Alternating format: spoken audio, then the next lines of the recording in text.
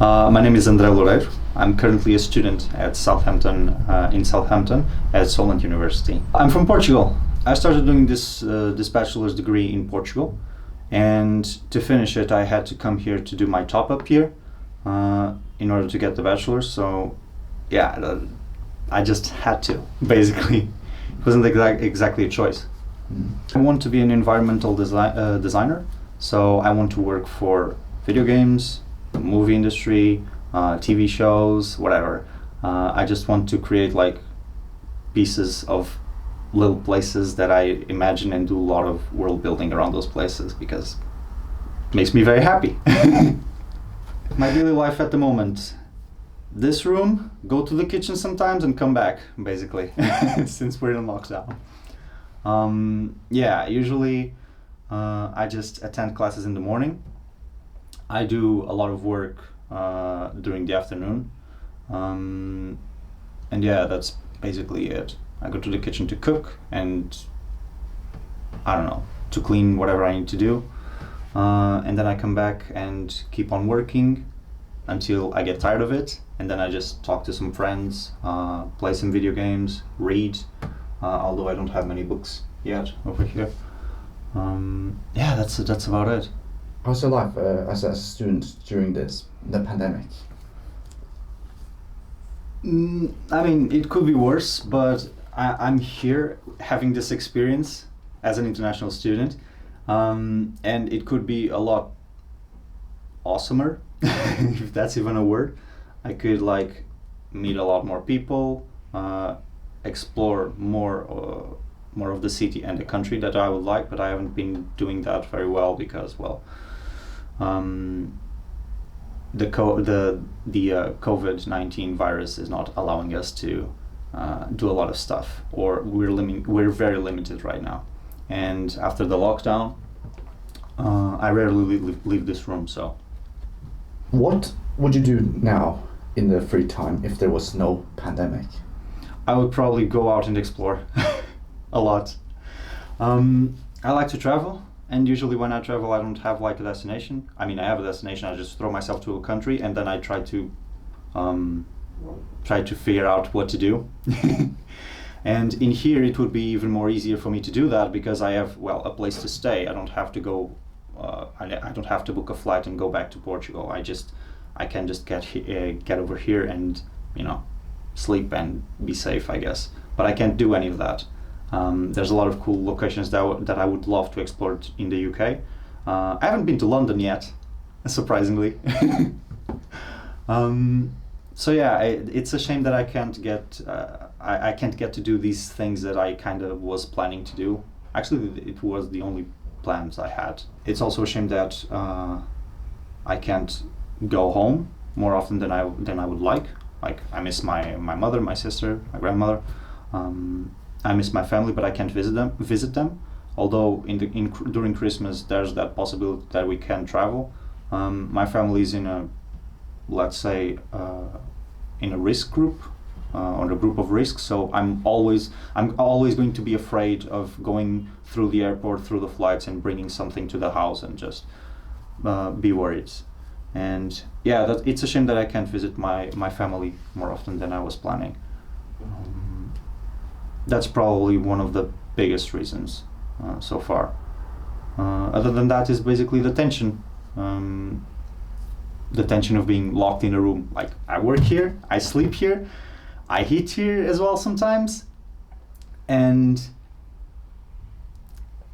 it sucks.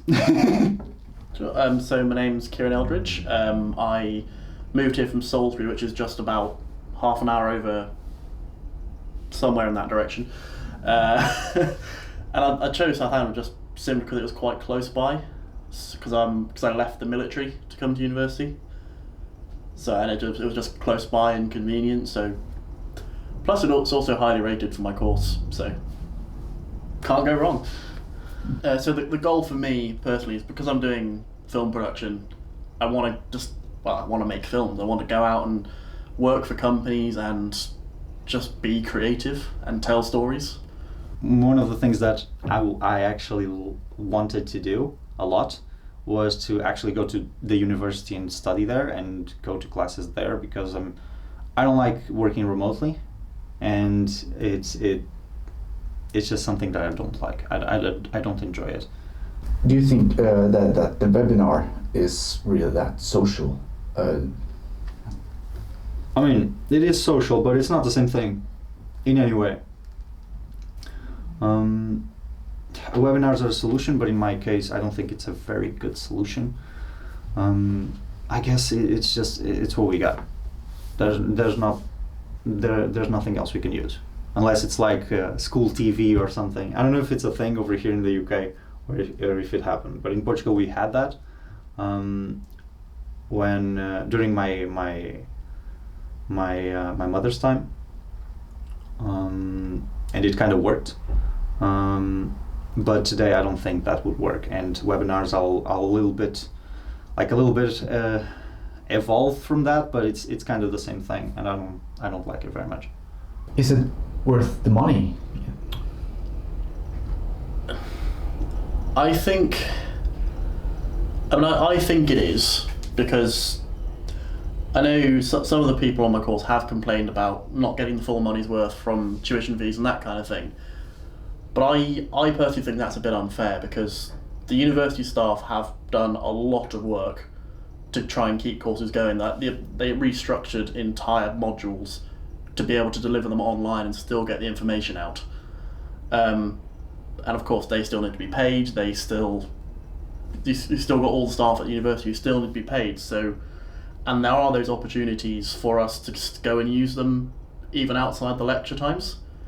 And if people aren't using that, then that's kind of on them, because I personally think there is enough, not sort of planned stuff, there is plenty of opportunity to get your money's worth.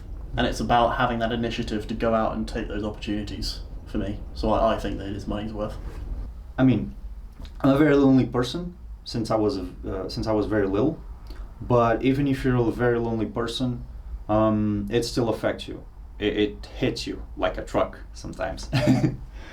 It's difficult, but in a way we kind of bind ourselves or bond in a way with our housemates, with our household, since we are all locked in together, and it helps a lot. I also can talk to my friends and family through the internet, so that there's always those methods and that kind of possibilities. But in a way, you're always lonely, and sometimes it really hurts and it messes you up a little bit. I think if there was no pandemic, because film production for my course is kind of by its nature quite hands-on. Well, you'd like to think it's quite hands-on.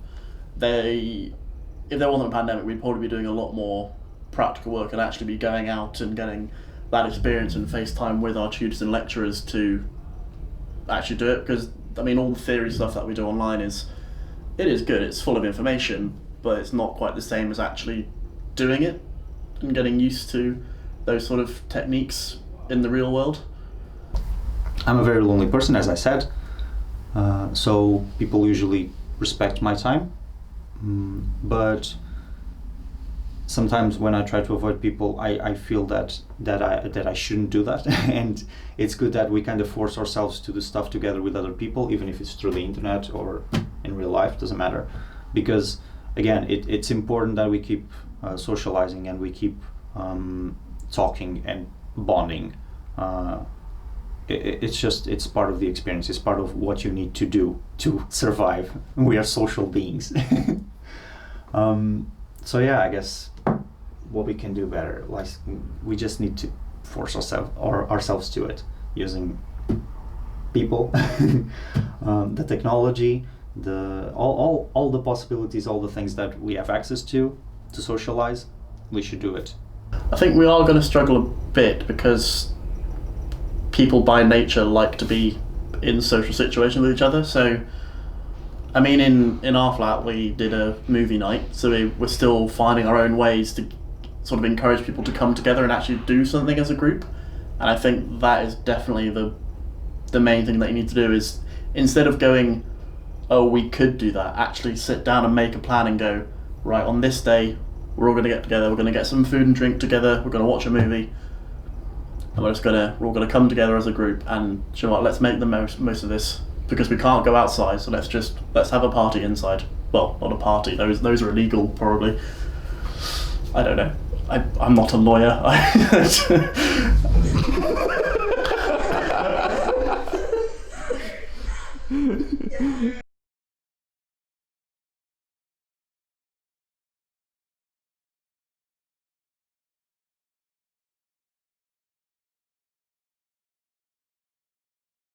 What can we do to improve the situation?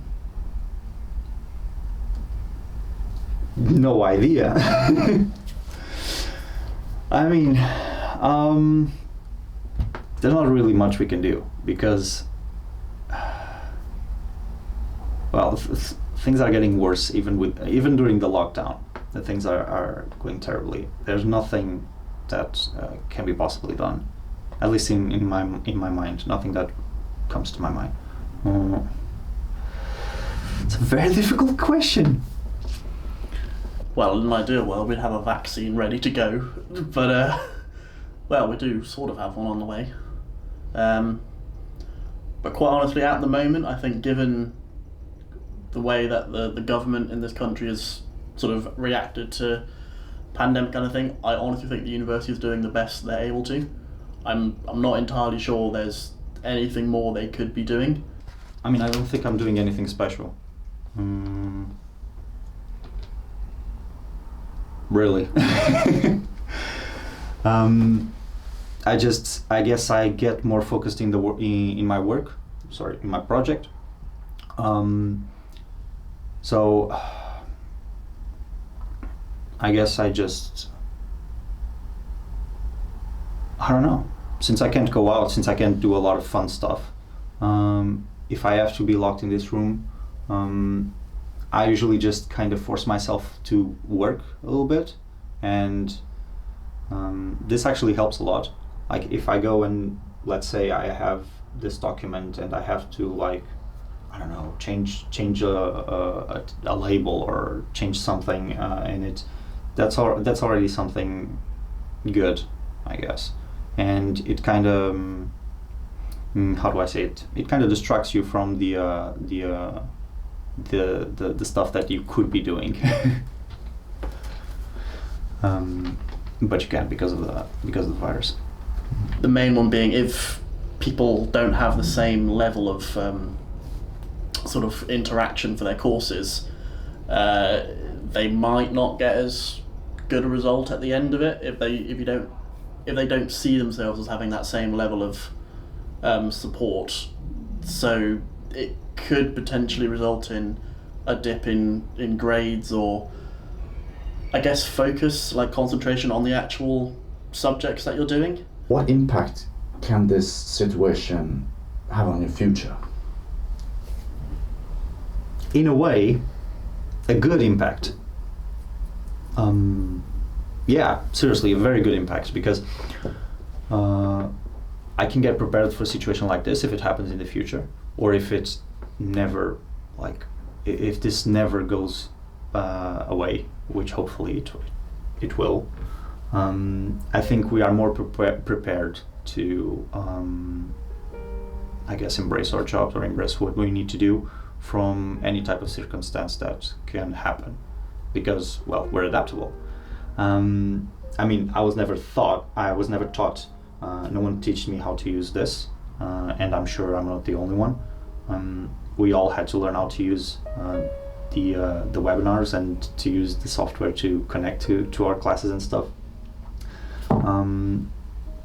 Yeah, we can adapt to this type of circumstances. So yeah, I think it has a very good impact, even if it's just for the training, like the mental training, to get myself up in the morning to go to the computer and spend, I don't know, 9 hours in the computer working. Might be a future, I guess. Might be what happens in the future. Might be what happens with my future jobs. I don't know. I mean, it's a different way for working. It's a different way, of course, but yeah, I don't know.